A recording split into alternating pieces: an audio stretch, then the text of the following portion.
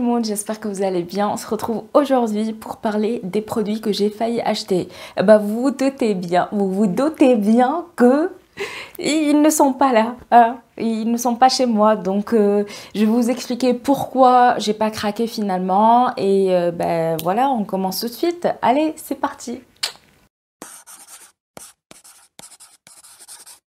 Apparemment, il y a 12 produits.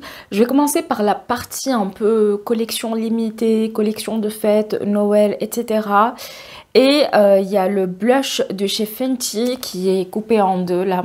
J'ai déjà beaucoup de blush crème que je n'utilise pas fréquemment. Et d'ailleurs, je devrais le faire. Donc, je ne me voyais pas prendre un blush de plus. La palette Grunge Stole Christmas qui est la Dark Fantasy de la marque Beauty Bay. C'est vrai que Beauty Bay, ils sont très forts pour tout ce qui est color scheme et tout. Depuis la palette de Book of Magic, je me suis dit, ok, là ça sent un peu le roussi. Je vais tomber amoureuse d'une palette et puis l'autre, je vais la prendre dès sa sortie et ça sera le serpent qui se mord la queue. J'ai aussi la Berries qui est excellente, très pigmentée, qui se travaille facilement et tout. Rien à dire. Acheter à chaque fois une palette Beauty Bay. Je ne vais n'avoir que ça dans ma collection alors que moi j'adore tester plusieurs marques et c'est vrai que ça reste pas cher, hein. Surtout qu'on peut les avoir à moindre coût. Je ne vais pas l'acheter et c'est vrai que j'étais à deux doigts de le faire. Le coffret lipstick de chez MAC, je n'ai jamais testé la marque MAC. Je sais qu'ils ont des rouges à lèvres excellents qui sont bien connus et reconnus comme parmi les meilleurs. Mais c'est vrai que ce coffret-là m'a beaucoup intriguée et j'ai failli le prendre parce que je le trouvais très beau. Quand j'ai regardé les teintes, je me suis dit, ah, ça se ressemble quand même un peu trop à mon goût. Il n'y a pas vraiment de variété, il n'y a pas de différence et puis je les ai déjà dans ma collection. C'est bien travaillé, mais ça ne sera pas pour cette fois-ci chez MAC. Voilà, peut-être une autre fois. On sait jamais. Alors, ce qu'il faut savoir, c'est que chez Oden's Eye, ils ont sorti... Chez Oden's Eye, ils ont sorti une collection de Noël qui apparemment, elle est out of stock, si je ne me trompe pas. Moi, j'ai craqué pour la palette plutôt neutre. D'ailleurs, je vous ferai un make-up avec... Malheureusement, elle n'est plus disponible. Alors, je ne sais pas si vous êtes intéressé. Peut-être que si vous avez déjà la palette chez vous et que vous voulez un tuto make-up avec, n'hésitez pas à me le dire. Sinon, je ne veux pas vous frustrer, hein. Donc, voilà. Si vous le demandez, je m'exécute. Sinon, ça ne sert à rien. Je vous ferai aussi des réels sur Instagram. C'est plus rapide et au moins, ça fait moins de frustrer. La palette que je n'ai pas prise, par contre, c'est la palette bleue. Au début, je la voulais, mais c'était mon coup de cœur. D'ailleurs, je porte le bleu, c'est normal. C'est ma couleur préférée. Mais...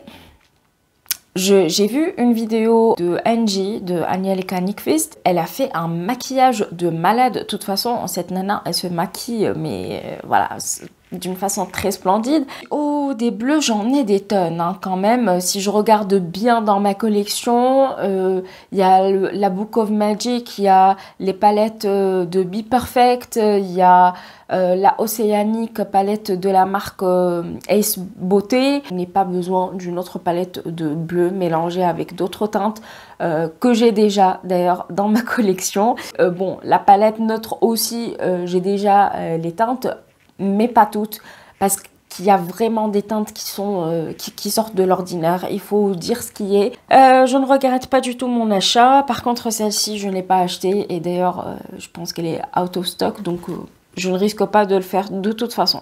Chaque année, NARS nous sort des palettes pour le teint avec des blushs, des highlighters, etc. Il y a la palette teint qui est sortie cette année pour les fêtes. Elle me donne trop envie et chaque année, les palettes de chez NARS me donnent envie.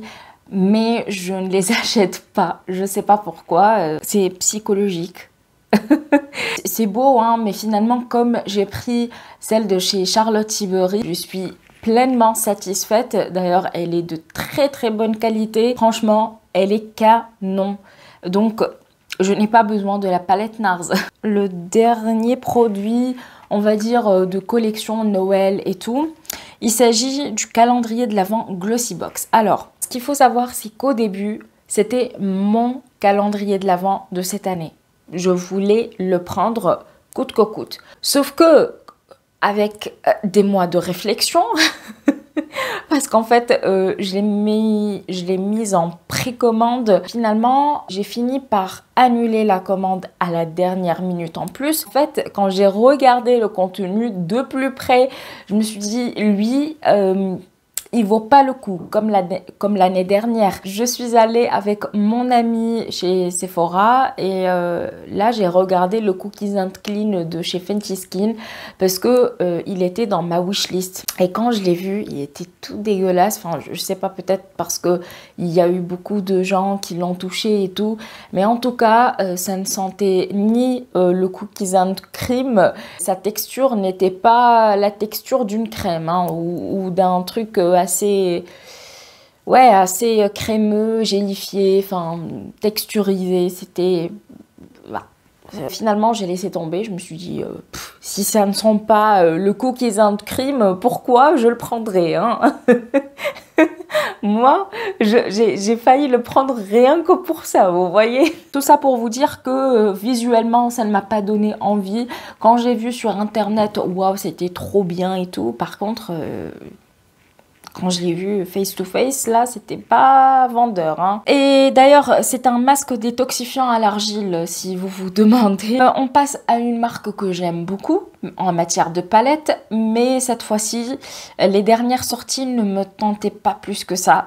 Il s'agit de Natasha Denona et plus précisément de la Retro Palette. Ce sont des teintes que j'aime beaucoup, mais que je ne porte pas tant que ça finalement. Donc si un jour j'ai envie de me faire un make-up avec ces teintes-là, je vais me diriger plutôt vers les palettes que j'ai déjà et qui m'attendent impatiemment. Hein. Nera, tu nous utilises quand s'il te plaît?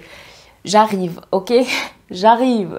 J'essaye de faire de mon mieux, j'essaye de réfléchir à ce que j'ai déjà dans ma collection. Surtout que maintenant, j'avoue que rien ne me surprend. Le low buy est très bénéfique parce qu'en fait, même si, bon, j'achète toujours, hein, mais moins qu'avant et beaucoup moins qu'avant. Et d'ailleurs, je vous ferai une vidéo dans laquelle je vais vous parler de comment se passe mon low buy, comment je me sens, la frustration, tout ça. Voilà, je vous explique tout. Pour le moment, ça se passe plutôt bien. Revenons à la rétro palette. Donc, je vous ai dit, comme j'ai les teintes dans ma collection, je vais pas m'amuser à prendre une palette qui coûte 73 € maintenant. Parce qu'avant, c'était à 69. Maintenant, à 73. Ça fait une sacrée somme quand même. Et aussi, il y a les 25% qui ne passent plus chez la marque Natasha Denona.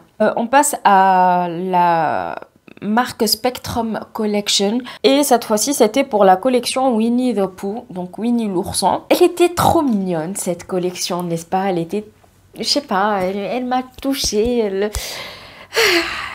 C'est toute mon enfance quoi. Je l'ai pas acheté. J'étais à deux doigts de le faire. Pourquoi? Parce que tout simplement, si je commence à acheter une palette, une palette, n'importe quoi, je pense toujours à la palette de Denona. Si je commence à acheter une collection rien que pour le packaging parce que c'est trop mignon, on va pas s'en sortir. On est bien d'accord? Ok.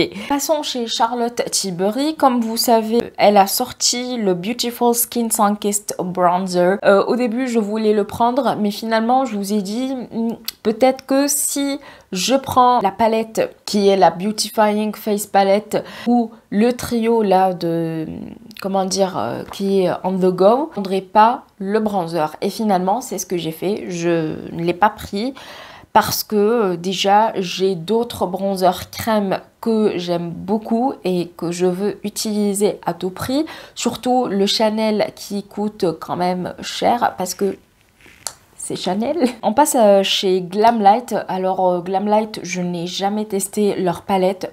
Apparemment, Ce sont des merveilles absolues, mais j'ai jamais franchi le cap et bah, j'ai failli le faire avec la palette Kellogg's Frosted Flakes, qui est une palette de bleu. Comme je vous ai dit, j'ai déjà ces teintes-là dans ma collection, en particulier si je regarde bien les teintes dans la océanique et dans la saphir de chez Huda Beauty. Je les ai. Même si, j'avoue, elle est trop belle. Hein. Trop belle. Vraiment. La dernière nouveauté, enfin qui n'est plus une nouveauté, le dernier produit que j'ai failli acheter, c'est le Positive Light Tinted Moisturizer de la marque Rare Beauty. Rare Beauty, pour moi, c'est une marque réussie parce que Selena Gomez a réussi quand même à transmettre un message qui vraiment lui tenait à cœur. Et je me retrouve dans ce message-là. Celui-ci, j'étais pas vraiment sûre de l'aimer. Alors, j'aurais pu le prendre, bien sûr. J'aurais pu le tester et voir ce que ça a donné sur ma peau. Les Skin Tinted Moisturizer, c'est pas vraiment le truc que je porte le plus. Moi, soit je me maquille, soit je ne me maquille pas. Ça me dérange pas de sortir sans maquillage. C'est vrai que être entre deux eaux... je sais pas, autant rien mettre, voilà. Bah écoutez, on a fini cette vidéo. J'espère qu'elle vous aura plu, que vous avez passé une bonne petite parenthèse avec moi en ma compagnie. Et je vous retrouve la prochaine fois dans une nouvelle vidéo. En attendant, prenez soin de vous. Ciao, ciao!